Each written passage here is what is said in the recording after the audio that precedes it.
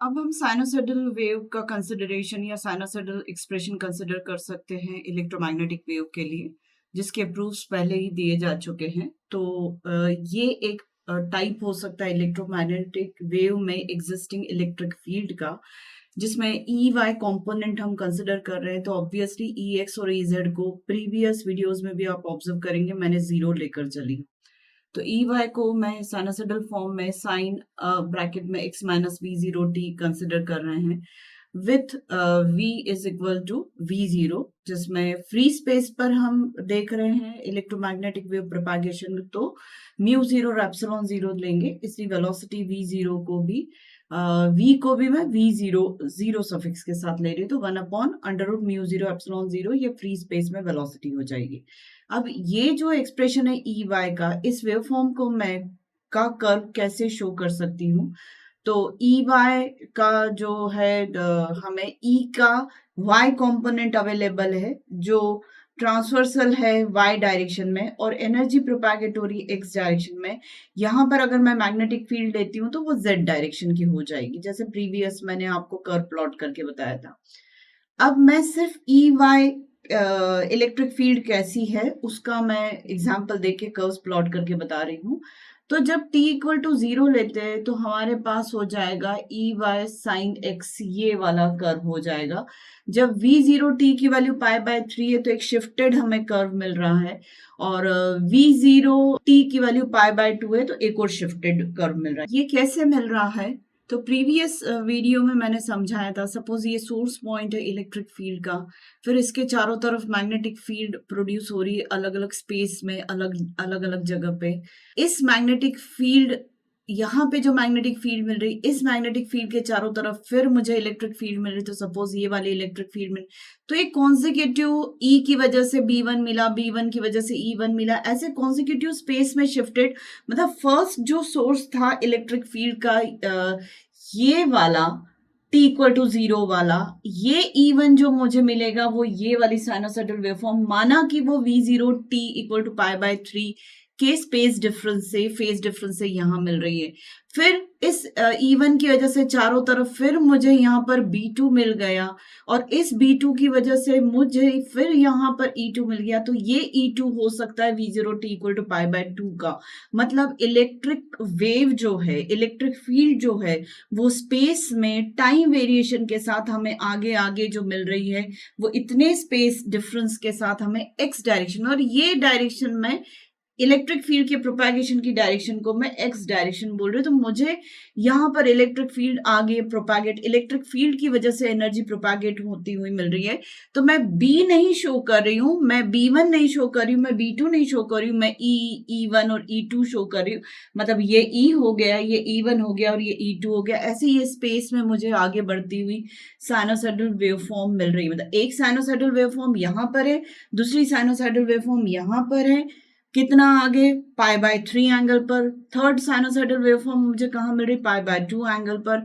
इस तरीके से मुझे इलेक्ट्रिक फील्ड अलग अलग जगह पर स्पेस में आगे आगे मिल रही है, साइनोसॉइडल पैटर्न की मिल रही है, और इन पर्टिकुलर पॉइंट्स पे अगर मैं ऑब्जर्व करूं तो वो मुझे टाइम वेरिंग मिल रही है। तो इस तरीके से ये जो प्रोपैगेशन, मैंने एनर्जी का transformation E to B then B to E, ये समझाया था लास्ट वीडियो में भी, वही सेम चीज यहां बता रही हूँ, और उसी को मैं वेवफॉर्म पर शो कर दे रही हूँ। तो these shiftings are related to the space variation along with time variation. अब जो मैग्नेटिक फील्ड अकम्पेंड है इस इलेक्ट्रिक फील्ड के साथ, मतलब कौन सा वाला B1 B2, उसका भी एक्सप्रेशन मैं इलेक्ट्रिक फील्ड की मदद से फाइंड आउट कर सकती हूँ। तो क्या कैसे करूंगी? मैक्सवेल्स इक्वेशन नेचुरली मुझे हेल्प करेगी इसके लिए। तो कर्ल ऑफ E जो है is equal to minus del B by del t होता है एज पर द मैक्सवेल्स इक्वेशन, और del B by del t is equal to minus curl of E, ऐसा भी लिखा जा सकता है। ठीक, इसलिए b का एक्सप्रेशन मेरे लिए होगा minus integration curl of E dot D T. Dot means ये सिंपल मल्टीप्लीकेशन है, क्योंकि टाइम के साथ कर्ल ऑफ E का वेक्टर का कोई डॉट प्रोडक्ट नहीं लिया जा रहा है। तो ये मुझे एक एक्सप्रेशन B का मिलेगा।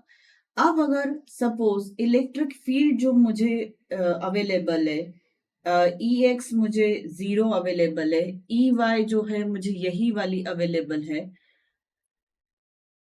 जिसमें यही वाली नहीं, मैं EM cos beta x plus VT, यहाँ पर माइनस साइन होगा क्योंकि पॉजिटिव x डायरेक्शन में प्रोपैगेशन हो रहा है। अगर निगेटिव x डायरेक्शन में प्रोपैगेशन होता तो x के आगे प्लस साइन होता, और साथ में EZ इक्वल टू 0 है। ये मैक्सिमम एम्पलीट्यूड जो कि यहाँ पर मैंने 1 लिया था, पर मैक्सिमम एम्पलीट्यूड यहाँ पे आप देख सकते हैं EY की एक्सप्रेशन में कॉस का जो कोएफिशिएंट है वो EM है, और ये मैक्सिमम एम्पलीट्यूड है इलेक्ट्रिक फील्ड का। मतलब ये जो हाइट है ये EM है, उसके अकॉर्डिंग ये 1 थी, ऐसा आप कंसिडर कर सकते हैं। और बीटा जो है वो फेज कांस्टेंट होता है। Phase constant actually frequency of sinusoidal variation को रिप्रेजेंट करता है। अब लेटिंग this as beta v is equal to 0, मतलब phase constant into velocity is equal to not 0, omega है, ओमेगा के बराबर, रोटेशनल वेलोसिटी के बराबर है। As ex is equal to 0, ey is equal to em cos, यहाँ पर मैं बीटा इंटू वी को omega t minus beta x ऐसा रिप्लेसमेंट कर सकती हूँ with the consideration of beta v is equal to omega, और इजेड इक्वल टू 0 तो है ही।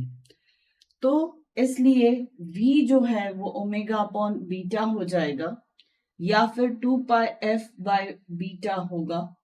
Lambda is equal to 2 pi by beta, and और beta is equal to 2 pi by lambda. This can be there. अब मैं board रब करके आपको electric field से अकम्पेन्ड मैग्नेटिक फील्ड निकालना बता देती हूँ।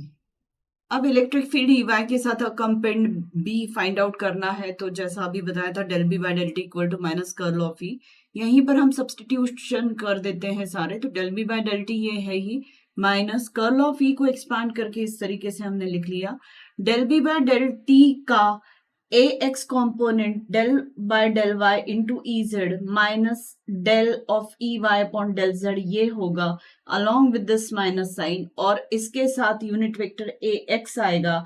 इसका मतलब del BX by del T मुझे कितना मिल रहा है, इतना। सिमिलरली AY का जो कोएफिशिएंट मिलेगा वो this into this minus this into this मिलेगा along with माइनस साइन, तो वो सब्सटीट्यूशन करने पर हमें जो मिल रहा है वो minus del EX by del Z minus del EZ by del X मिल रहा है, और इसके आगे माइनस साइन, तो ये मुझे Y कॉम्पोनेंट मिल रहा है B का, मतलब del BY by del T मिल रहा है। Similarly del BZ by del T मुझे इस तरीके से मिलेगा।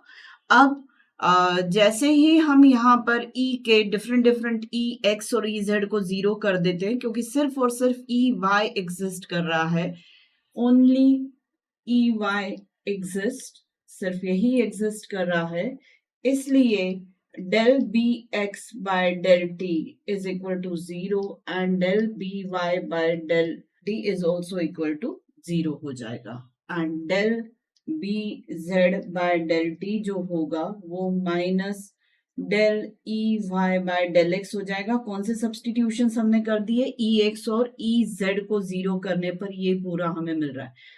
अब ये एक्सप्रेशन बता रहा है कि EY का जो हमारा शुरू का एक्सप्रेशन है कॉस वाला, EM cos omega t minus beta x वाला, उसको अगर मैं डिफ्रेंशिएट कर देती हूँ एक्स के रिस्पेक्ट में, तो मुझे डेरिवेटिव मिलेगा del BZ by del T का, तो वही हम यहाँ पर कर रहे हैं। तो फाइनली मुझे EY का एक्स के रिस्पेक्ट में डिफ्रेंसिएशन करने पर beta EM sine omega t minus beta x, ये एक्सप्रेशन हमें मिलेगा।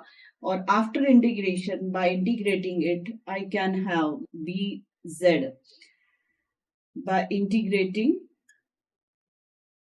what we have, BX is equal to 0 है, BY is equal to 0 है ही, जो हमने यहाँ पर देखा, इसको भी इंटीग्रेट किया तो BX 0 मिला, इसको भी इंटीग्रेट किया तो BY 0 मिला, और इसको इंटीग्रेट करेंगे तो हमें BZ मिल जाएगा। तो BZ कितना मिल रहा है, beta EM by omega cos omega t minus beta x, ये एक्सप्रेशन हमें मिल रहा है।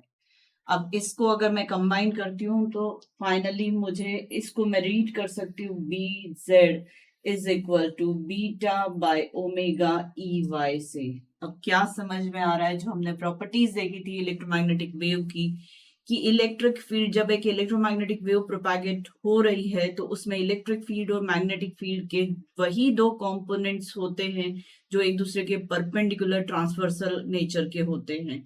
तो मैंने जो फिगर सबसे पहले इलेक्ट्रोमैग्नेटिक वेव समझाने के लिए वेव फॉर्म बनाई थी, उसमें ई को मैंने वाई डायरेक्शन में वेरी होता बताया था, तो बी जो था वो मेरा जेड डायरेक्शन में वेरी हो रहा था। और सेम आपको यहाँ पर प्रूफ भी मिल जा रहा है कि ई अगर वाई डायरेक्शन का होगा तो बी जो होगा जेड डायरेक्शन का होगा, और इसकी वजह से जो एनर्जी प्रोपागेट होगी वो सिर्फ और सिर्फ एक्स डायरेक्शन की होगी। इसको और ऐसे लिख सकते हैं, E Y is equal to v B Z. This is the relation between perpendicular components of electric field and magnetic field associated in an electromagnetic waveform। अब इसका मतलब यह है कि दोनों परपेंडिकुलर टू एक दूसरे के है ही और प्रोपागेट हो रहे हैं परपेंडिकुलर डायरेक्शन में, मतलब एक्स डायरेक्शन में। तो v जो होगा वो 1/√μ एप्सिलॉन है, और फ्री स्पेस है तो नेचुरली मैं इसको v0 μ0 एप्सिलॉन 0 कर दूंगी, ओके। फ्री स्पेस का है और ये इक्वल होगा 3 × 10⁸ मीटर पर सेकेंड के, मतलब वेलोसिटी ऑफ लाइट के। जनरलाइज अगर इसको हम करें तो ये मुझे मिल जाएगा beta, not sorry generalisation, beta को अगर मैं सब्सटीट्यूट कर देती हूँ μ0 से, बीटा को अगर सब्सटीट्यूट कर देती हूँ मैं म्यू एच से, नॉट μ0, बीटा को अगर मैं सब्सटीट्यूट कर दे रही हूँ म्यू एच से, तो हमें ई वाई जो मिलेगा वो वी म्यू एच जेड ऐसा मिल जाएगा। मतलब यहाँ पर हमने बी जेड की जगह एच जेड सब्सटीट्यूट किया, पर वो म्यू एच जेड से सब्सटीट्यूशन होगा तो ये हो गया। यहाँ पर म्यू और v की वैल्यू √1/√μ एप्सिलॉन है ही और एच जेड है ही, तो फाइनली मुझे जो यहाँ पर मिल रहा है √μ/एप्सिलॉन एच जेड ये मिल रहा है, ये एक्सप्रेशन हमें मिल रहा है। अब √μ/h जो होता है, या यहाँ पर मैं अगर रेशो फाइंड आउट करूं E/h का, जनरल E/h का अगर रेशो फाइंड आउट करती हूँ तो वो मुझे √μ/एप्सिलॉन ऐसा मिल रहा है, और इसे हम कहते हैं ईटा। ईटा जो होता है वो इंट्रिंसिक इम्पिडेंस होता है। इम्पिडेंस नेम इसको इसलिए दिया हुआ है क्योंकि इसकी यूनिट जो होती है वो ओम्स के इक्वल रहती है। इलेक्ट्रिक फील्ड जो होती है, यूनिट जो होगी electric field in terms of units, if we check out, units are being checked, हम यूनिट्स को चेक कर रहे हैं, तो ई की यूनिट होती है वोल्ट्स पर मीटर, एच की यूनिट होती है एम्पियर्स पर मीटर, तो मीटर मीटर कैंसिल हो गया तो वोल्ट्स अपॉन एम्पियर्स है, और ये क्या होता है ओम्स। इसका मतलब ईटा की यूनिट क्या आ रही है, ओम्स, इसलिए इसका नाम जो हम देते हैं वो इंट्रिंसिक इम्पिडेंस बोलते हैं। और अगर हम फ्री स्पेस के लिए इंट्रिंसिक इम्पिडेंस की वैल्यू फाइंड आउट करते हैं फॉर फ्री स्पेस, तो ईटा की वैल्यू √μ0/एप्सिलॉन 0 ऐसा करते हैं तो 377 ओम्स आती है। 377 ओम्स इसकी वैल्यू फाइंड आउट होती है। तो इंट्रिंसिक इम्पिडेंस की वैल्यू फ्री स्पेस में 377 ओम्स होती है।